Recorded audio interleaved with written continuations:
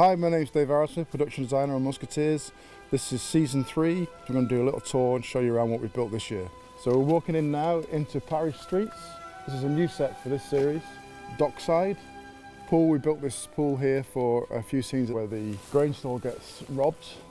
This is obviously only a small amount of water, it's about 1 foot deep. So now we're coming off from the dockside, sort of one continuous set into the market square. It's the main market square which goes into the settlement. On episode 1 and 2, this is where the big confrontation happens between the Red Guards and the settlers. Stand back! You can see here we've got full-scale old Paris buildings, all timber and plaster behind us. And then the scaffolding which goes up onto the walkway over into the settlement. Here we have a great scene in one of the episodes where Bonnaire comes back and the Musketeers trying to get some information out of him and hang him over the edge of here. And then we can go down this way. We've built a staircase which links the whole thing together, takes us back down into the settlement. And again, you'll see a few scenes that take place in this staircase as well. This is the dressing props team working very hard, and they're rehearsing, so they'll be very quiet now. So I think we're going to have to come back later because they're rehearsing. So we've come 10 minutes round the corner from our main set at Docksani, where the garrison is, to a place called Bruges Armies. And this is a little a look at one of the other sets, which is Christoph's Tavern. Unfortunately, all the props, well, nearly all the props have been taken away. Someone's left a kitchen knife there, which is a bit weird.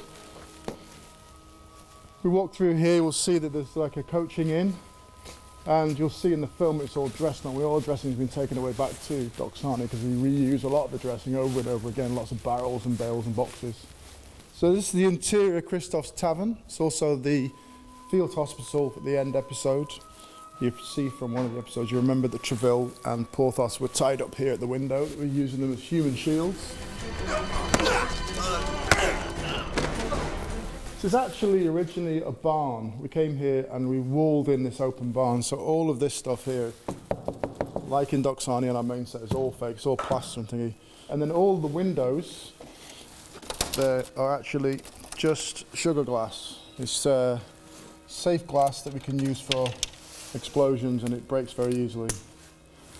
So all the windows are done like that. So we do our little bullet hits on here and smashes, and we throw some bombs through here as well at one point in one of the episodes. So one of the challenging things about working on a location rather than just doing a complete set build is here we added into the location with the barn, with the walls, and these buildings here that we built on this side, which are all fake, and the coaching inn in front of you. And we had to make little cover-ups for the light switches and the boxes and everything. But one of the ones we couldn't quite get our head round was this telephone cable up here. So the prop boys came up with an idea of turning it into a washing line. It's quite a high washing line, but it kind of works.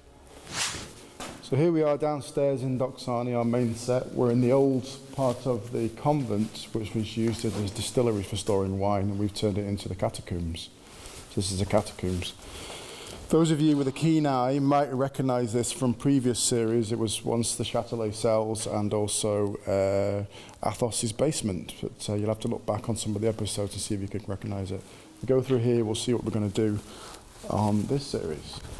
So this is the inside of the Catacombs. Here we have built a water tank, and this is where a big scene takes place in the water, a massive fight.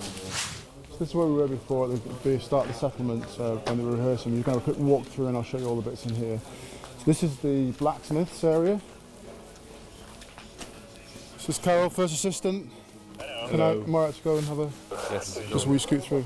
2 minutes? 2 minutes. Thank you. So yeah.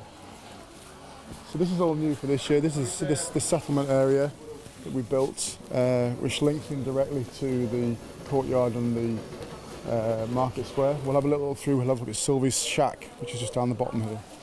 You can see this is all made of plaster and paint, or the patina as they call it here, and timber. It's getting a little bit worn. It's been 9 months now, and we're now, as you can see, getting into the winter, so all the paint's starting to flake off, but it should be fine. We're going to have a look at Sylvie's shacks up here. Udayan, the director. Hello.